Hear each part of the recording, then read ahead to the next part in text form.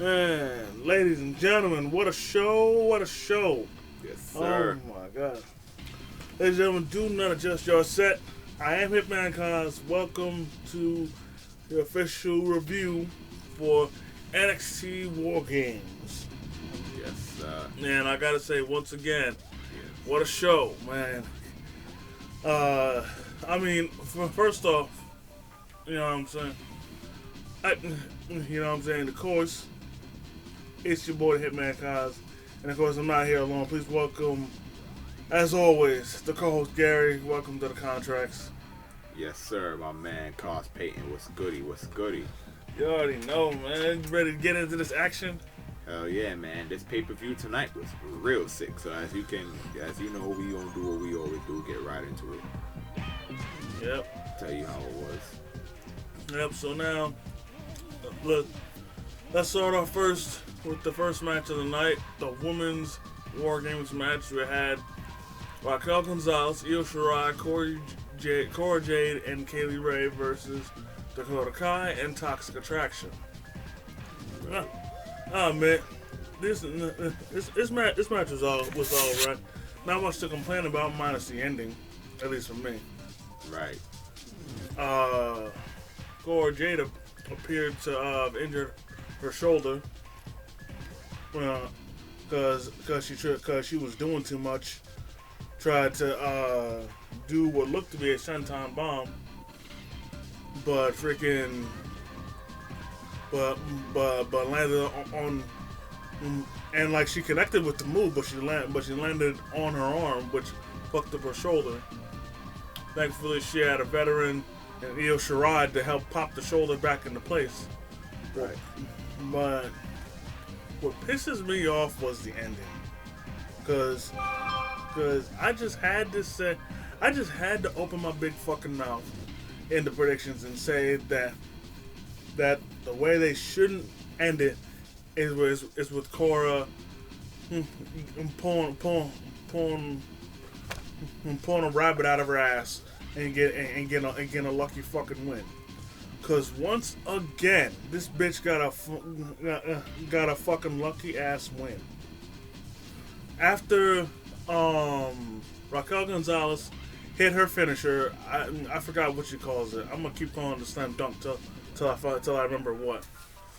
She hit that slam dunk on freaking, I think, JC Jane, and then Cora with all of her, and then this bitch Cora with all of her fucking luck had the nerve to crawl in for the pin. I swear, yo, this shit is why I can't stand this bitch, yo. I cannot stand this bitch. Right.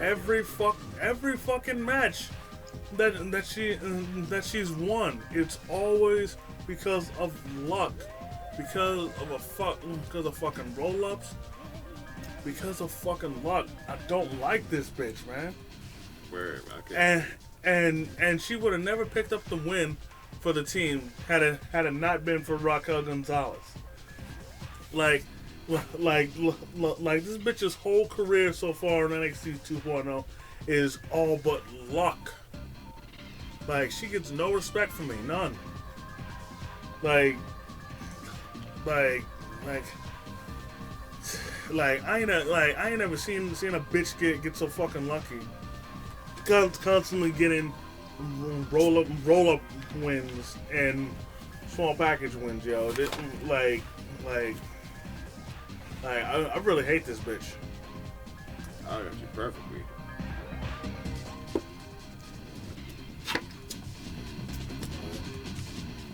Like, freaking, like, I can honestly say, the match was going just fine until that shit happened. Like that shit took the wind out of my sails and ruined the whole match for me. For that stupid ass, worthless ass hoe to get the win, to get that fucking lucky ass win like that. Fuck her. Fuck Cora Jade. Fuck her. I got you perfectly, man. That was crazy right there, for real, man. Like, I honestly hope Dakota Kai or Toxic Attraction beats the shit out of her on NXT come Tuesday. Word, man. I can't blame you for that, my brother. Can't blame you for seeing that. Yeah. Word, man. Yeah. All right, now moving on. We had Imperium defend the NXT Tag Team titles against Kyle O'Reilly and Von Wagner. Oh yeah, that match right there. Sorry to cut you, my man. No, go ahead. But that match, yeah, that was one of the best matches of the night. Definitely was, yo. And this was such a much needed palate cleanser to get that bad taste out of my mouth for that bullshit that stupid bitch had to ruin the Women's War Games match over. Freaking Imperium, Kyle O'Reilly, Von Wagner, they gave it their all and then some. And there was some killer spots, yo. Right, man. I mean, I was partial to when freaking this dude Fabian Eichner hit a beautiful moonsault onto Kyle O'Reilly. Right. Like freaking, like, oh my god, that moonsault was nothing short of beautiful. Right. It really was. Like I legit remember that the last time I seen a moonsault done like that and done so beautifully, freaking was done by Super Crazy. He did it the same way, freaking bouncing off one rope, then bouncing off the other, and then hitting that moonsault. That was so beautiful. And then freaking what's his face?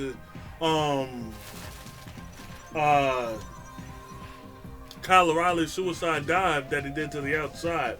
That was also good too. Oh yeah, it really was for real, man. Yo, damn, yo. And yep, and Kyle, man, he tried his heart out. He tried his absolute heart out to freaking to win this match, man. He had actually freaking when he had that leg bar, knee bar, whatever you want to call it, when he had that locked in, that I honestly thought that Marcel was gonna tap. But then that's when Eichner made the save with that picture perfect moonsault. Right, man. Oh yes, yo. Sometimes I'm kind of speechless because that match, this whole pay-per-view itself was, yo. It just goes to show you how it's just another testament to NXT that just shit leaves you speechless just because of how good it is. You can't find the words to describe what you saw. Yeah, exactly. Really, man. Then throughout Kyle's efforts, eventually his efforts weren't enough because actually even before then, there was a moment where it looked like he was gonna win because he had put what's his face? He had put he put Eichner in a guillotine choke, and we thought he was gonna pass out. Yeah, we thought that. Because it looked like he was out. And then the ref lifted up his hand, but he still had life. And freaking Boxell came in, and they hit the Imperium bomb on Kyle O'Reilly to win the match. Right. And in an act that honestly we should have seen coming, I guess frustrated by the loss, Von Wagner turned his back on Kyle O'Reilly. He tried to attack him from behind, but because Kyle O'Reilly has already had somebody stab him in the back before, he saw it coming. Right, man. Yo, that shit was crazy, man.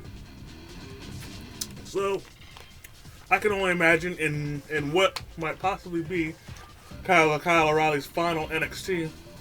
Right.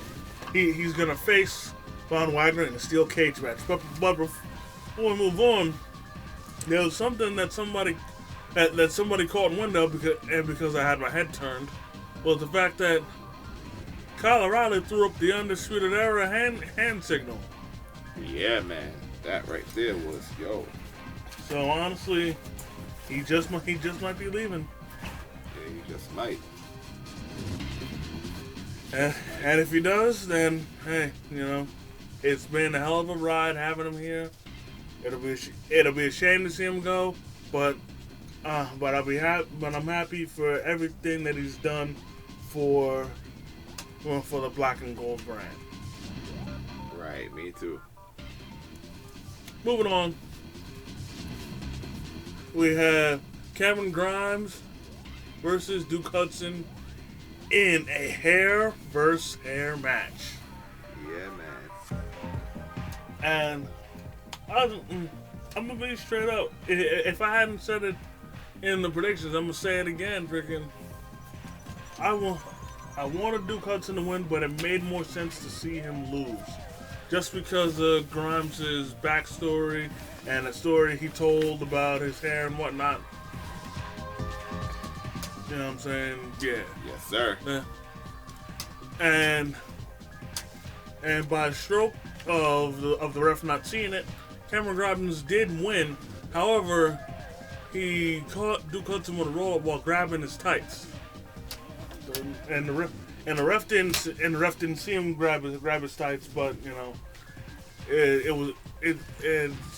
but still, bottom line, Grimes won, and Hudson he did try to bail out, and he also tried to cut Grimes' hair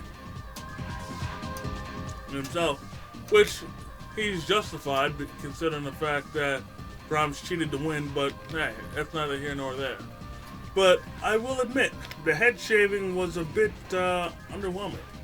Yeah, exactly. Because when it comes to a hair versus hair match, usually the loser gets shaved bald, or at least they lose most of their hair.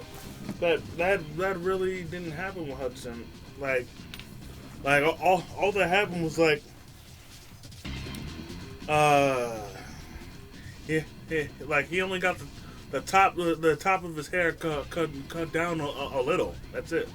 Yeah, exactly. Like homie wasn't even bald. Like I can sort of compare this to when CM Punk got his head shaved, but he lost a majority of his hair.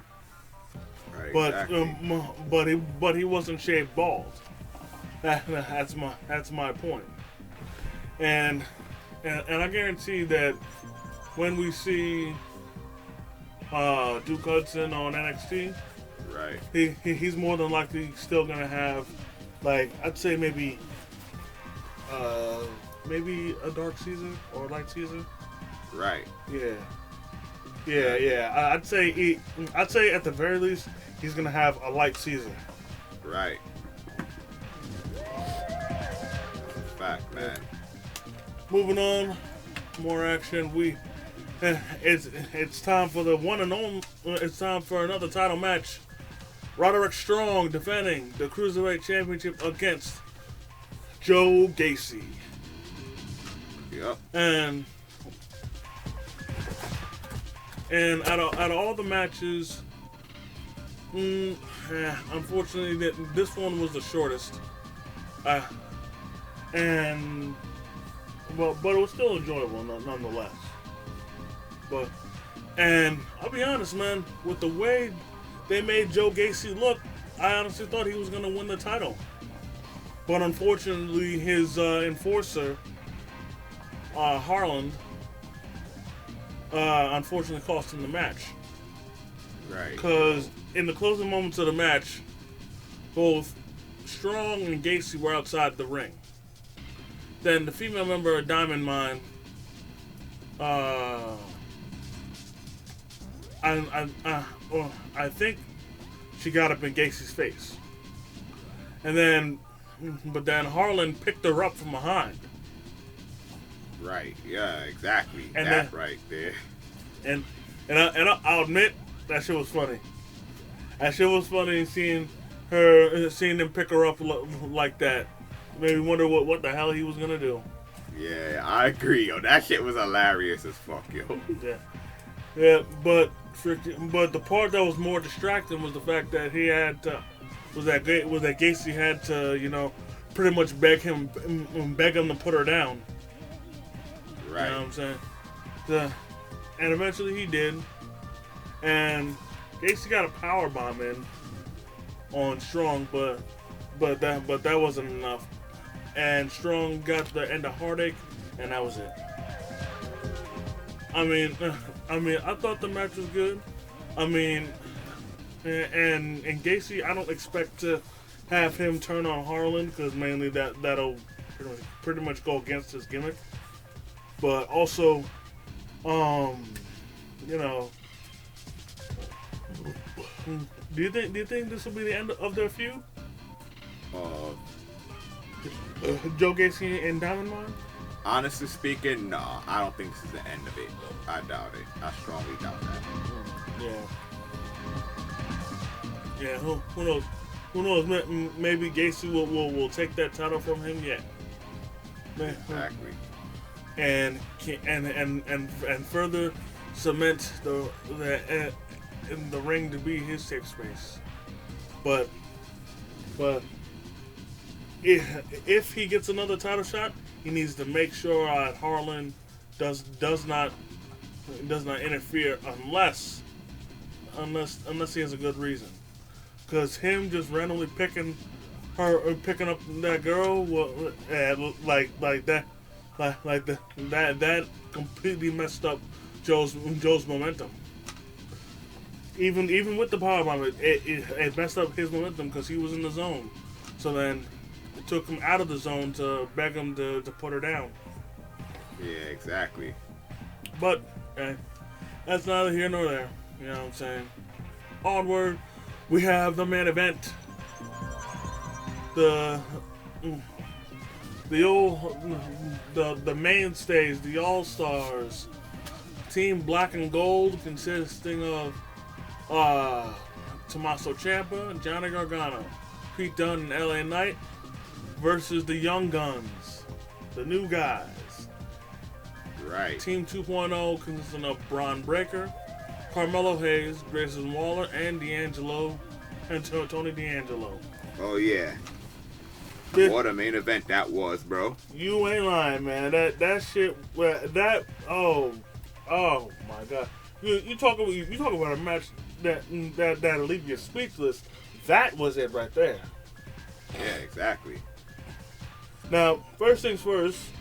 One thing definitely happened that I predicted was that Trick Williams did interfere for Team 2.0. He helped get some weapons into the ring for Team 2.0, but also he almost tried to get into the match, except Johnny Gargano hit his fingers with a chair, candlestick, something like that. Yeah, exactly. I can't remember what he hit him with. Either way, Trick lost his grip and fell down. Exactly. But what we all didn't see coming was that as Trick was grabbing more weapons, somebody grabbed him. Yeah, exactly. And pulled him halfway under the ring until he pulled back to reveal Dexter Loomis was the one that pulled him. Word, man. And by doing that, Dexter got rid of Trick, thus making the match even again. Word. Some great matches. Of course, they had the Tower of Doom. This, I'd say, was also a coming out party for Grayson Waller, because I ain't think much of him. I haven't really thought much of him, even though he had that amazing match against Tommaso Ciampa. Right. But he had a great spot where he hit an elbow drop from the top of the cage onto onto LA Knight. Yeah, exactly. Freaking and honestly, even though Braun Breaker got the pinfall win, I'd say the dark horse of this match, at least for Team 2.0, was Tony D'Angelo. Yeah. Because Agreed. there were multiple times during this match where he kept coming through in the clutch, saving the matchup for his team. Right. And he definitely had an ace up his sleeve when he grabbed that crowbar and popped Pete Dunne with it. Right. And of course we had a little DIY action. Freaking Ciampa and Gargano hit Breaker would meet me in the middle. Right. And at that point, when everyone thought it was over, until Mello yanked the ref away to prevent him from counting 3. Right. Exactly. Then freaking Gargano and Ciampa lit up. I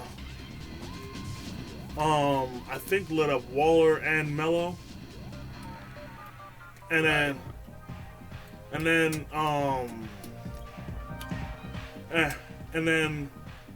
Ciampa was gonna hit Mello with the fairy tale ending until BAM!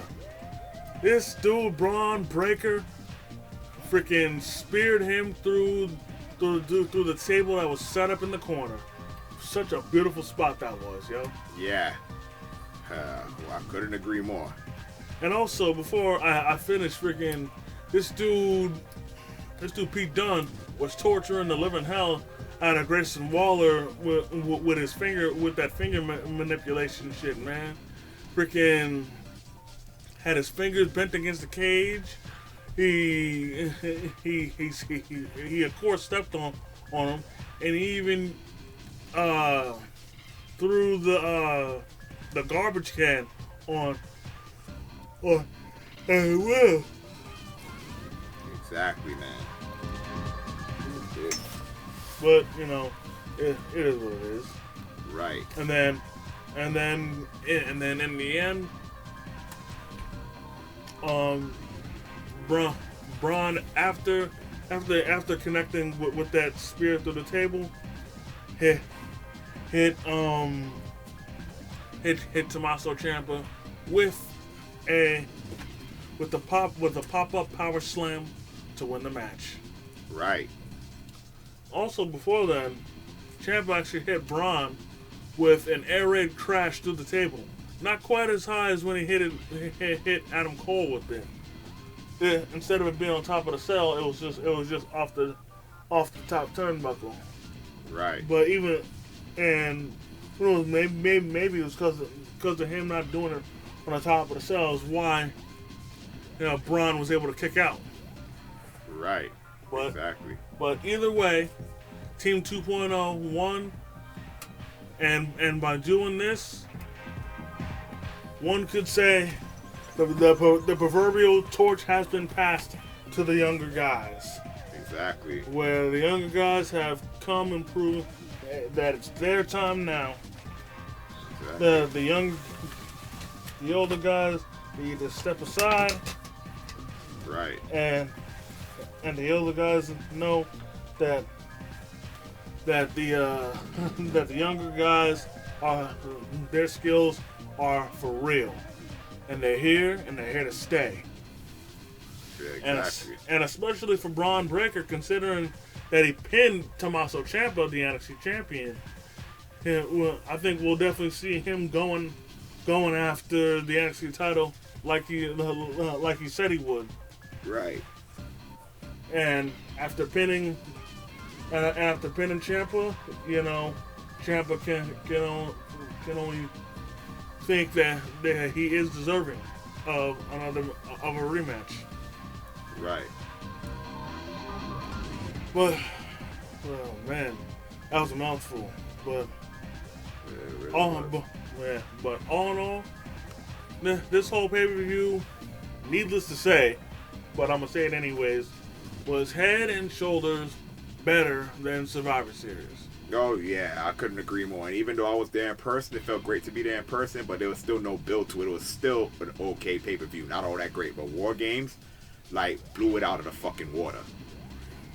It really did.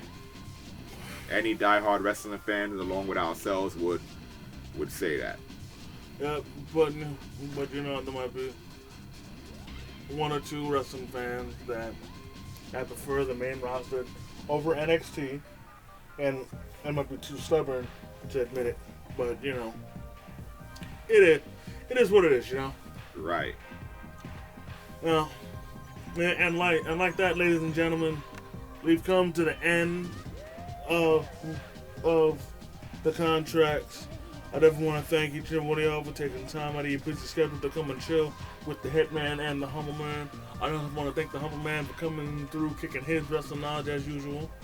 Yes, sir. My man, Cos Payton, as always. You know what it is. We always gonna kick our wrestling knowledge. It's always great, my man, chilling with you, kicking my wrestling knowledge. Of course, bro. That's how we do it. You know it. Yep. You already know.